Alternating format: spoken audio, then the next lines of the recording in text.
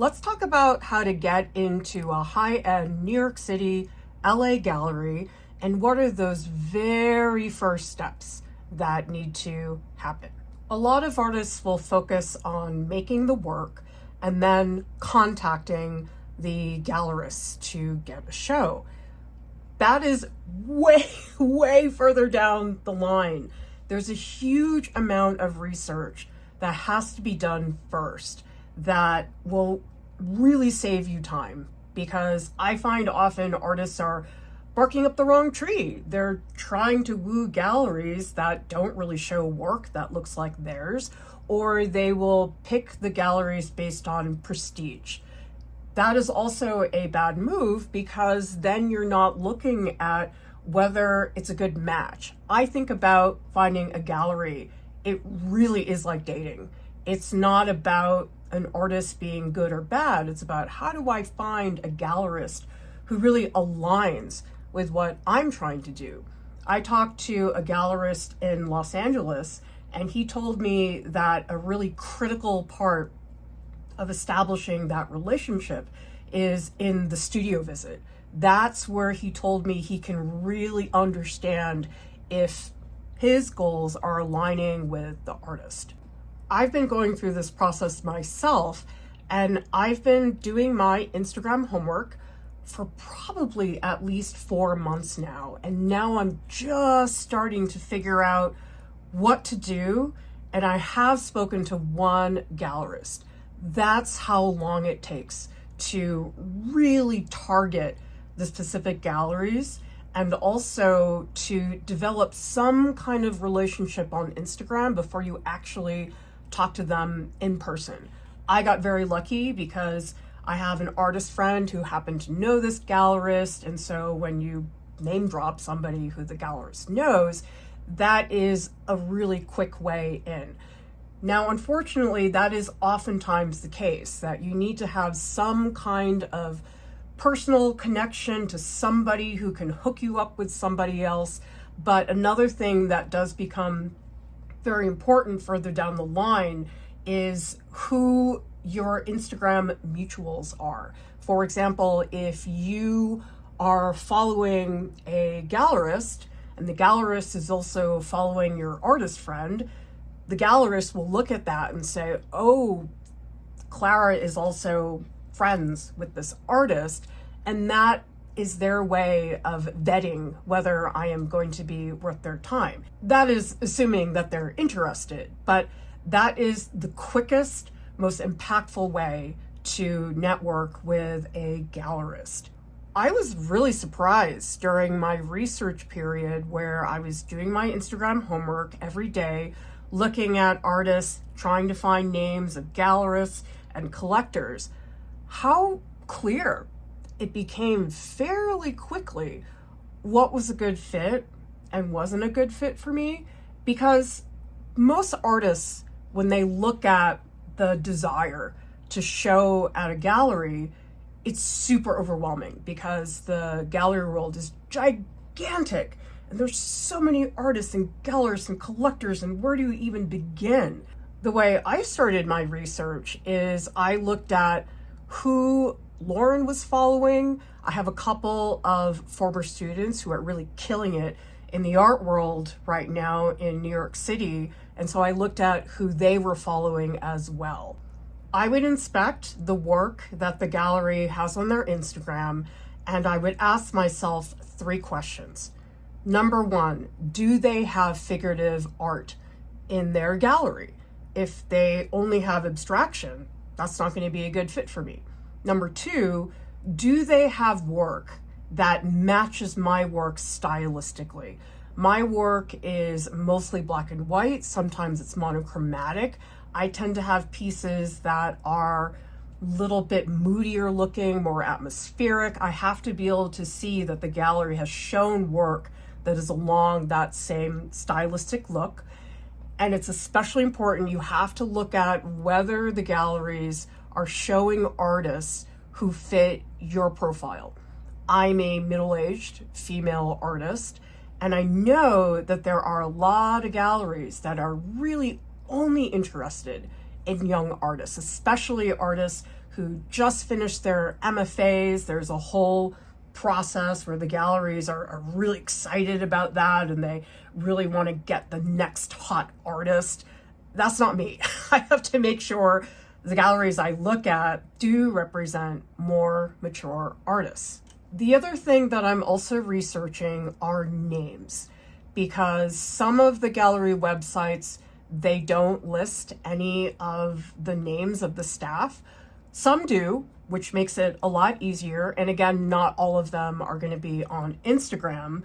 But once you start doing the research, you'll find that a lot of the galleries in the text captions, they will tag the collectors, they'll tag the gallerists, and it's very helpful to follow artists who show at galleries you're interested in as well. I have a couple artists who are sort of along the same lines of the kind of work that I do, and so I want to keep tabs on how they are interacting and posting on Instagram. Once you've been doing that for a while, an awesome thing that Instagram does, usually I don't really like it when Instagram suggests all these accounts, but it does a great job of doing this with galleries, and it's actually recommended a bunch of galleries who I missed. I've been able to find gallerists and curators in that way. It's awesome. It's a one time that the Instagram algorithm truly is helping me out a lot. Now, an important thing about this research period is you don't interact. I mean, I guess you could, but I really want to make sure that anytime I spend commenting and messaging people, that is absolutely the gallery and the gallerists who I really want to talk to. I like to follow a gallery account for a couple months so I get a feel for what kind of vibe they have, what kind of posts they do. Like, I've noticed a lot of galleries will say happy birthday to all the artists. In fact, people have told me that when a gallery does that on Instagram, it does actually stimulate sales for them. I also want to see where the gallery's going. Are they showing at the major art fairs like Art Basel and Frieze, the Armory Show? I want to see if the gallery shows artists who are winning grants or doing residencies. Usually that is something that they are very excited about when an artist wins a major grant. But also I want to see the press for the gallery, read the reviews that are coming in. All of those things are extremely important because that's how you really understand what a gallery is about. If you just look at the work and say, oh, do I match? Sure, that's a way to get started, but you really have to think about a gallery from a bigger picture. What are the things that they really prioritize and that are important? Because every single gallery has a completely different mission statement. Some of them are also structured very differently. A really gigantic gallery, Lehman Maupin, is huge. I mean, they've got a giant staff of people that work on the gallery. There are other galleries that are smaller, and it could be the gallerist and 2 staff members. That's also important to understand, okay, what is the structure of this gallery? Because again, every single one is different. Once I've found some gallerists and galleries that I think are a great fit for me on Instagram, I will start doing some comments. Now, you have to be careful. You can't be too aggressive because that ends up looking super desperate. You don't want them to view you in that way. I usually write comments that aren't super long, maybe 2 sentences tops. And I try to say something that's fairly intelligent. Like, I don't bother with emojis. It's sort of useless in terms of getting noticed. And I will also try to worm in some reference to art history or contemporary art. So that way it's clear that I have that education and background. For example, there was a gallery the other day, they posted something that was made out of glass. And so I made a comment that the pieces reminded me a lot of the glass flowers that are at the Harvard Natural History Museum. That is a demonstration of some of my expertise. I also comment on their pet photos. I'm serious, like, it really works. That's always a good way. And I know it sounds very shallow, but it's actually very impactful because I did find there's a couple gallerists who really like their pets. I've been doing this for myself. This has always been my dream, which is to show at a high-end gallery in New York City, LA, any of those major places. And in art club, it's been really fun for me to share with people the play-by-play, like what's happening right now. I just went to New York City about a week ago, and that was the first time since I'd started this process that I really was going around and seeing the galleries in person, and I felt very prepared because I'd done my homework. I knew what to expect. I knew what was showing there, and it's been really fun in art club for me to share the play-by-play as I gather new information, as I learn about a new gallery and sharing those specifics. I'm not commenting that often, commenting maybe once a week. Even that I feel is maybe a little bit too much. And then the other thing to remember is you don't know who runs their Instagram. Some of the galleries that are really gigantic, like David Schwerner, Hauser and Wirth, that is extremely likely that it's people who are supportive staff. Now, for a smaller gallery, it is oftentimes common that the Instagram is run by the gallerist. You don't really know, but sometimes you can sort of tell from the reply. It's just something to keep in mind because sometimes it's not always clear exactly who it is you're talking to. People ask me when they should start looking for galleries. Start now. Don't wait on this, because the more time you spend looking at these galleries, finding the people, that is always going to help you, because this research period, it's a while. I've been doing it for a couple months. I feel like I'm just starting to figure it out, and I still have a lot of work to do. The other thing that you will need is a cohesive body of professional work. Usually that's about 15 to 20 pieces or so. And the mistake that a lot of people make is they make the work and then they start researching. That's a really bad idea, because you need that time to really investigate who you want to eventually approach.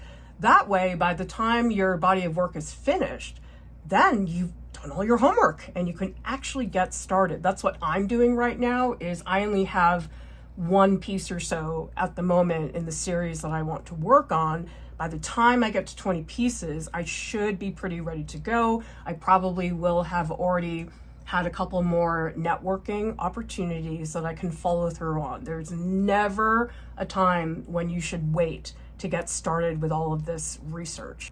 And before you start that body of work, there's two things that are really critical to think about. When you're planning your materials, you've got to make sure that the materials you're using are archival. If you have work that is not archival, that's not going to be appropriate for showing at a professional gallery where sales is a real thing. The other thing is you have to think about the format of presentation. For example, most galleries are fine if you have a stretched canvas or panel. Those are pretty much ready to go. Most paintings that are on stretched canvases are not framed in a gallery. That's totally fine to do that. If you have works on paper though, those will need to be framed with a mat, although I can tell you that while there's plenty of works on paper out there in the gallery world, there is a huge preference for painting, for pieces that are on panels and that are on canvas. For me, I've always done lots of drawing on plastic surfaces, and I never had work that really was gallery ready and presentable. And now for that reason, I have shifted to working on wood panels because I know those are ready to go as gallery pieces. One thing to keep in mind though is that although I'm giving you very specific instructions for what to do, there is definitely a limit to how far that can go. We have a couple of people in art club who are really interested in getting into galleries, and the advice that I give each of them is so different because it depends on what their aspirations are. Do they want to show at a local gallery or a New York City gallery? Do they really, really want to sell, or are they more wanting to get into museum collections? Because that's a whole other universe in itself. And what I find is that it's really difficult for people to get the information that really makes a difference from videos like this one that are giving you advice but are not specifically tailored to what you're trying to do and the type of work that you're doing. I was talking to somebody today about how they had a painting that was an oval shape that was very different than the rectangular pieces, and how that format would be something to consider for future gallery exhibitions.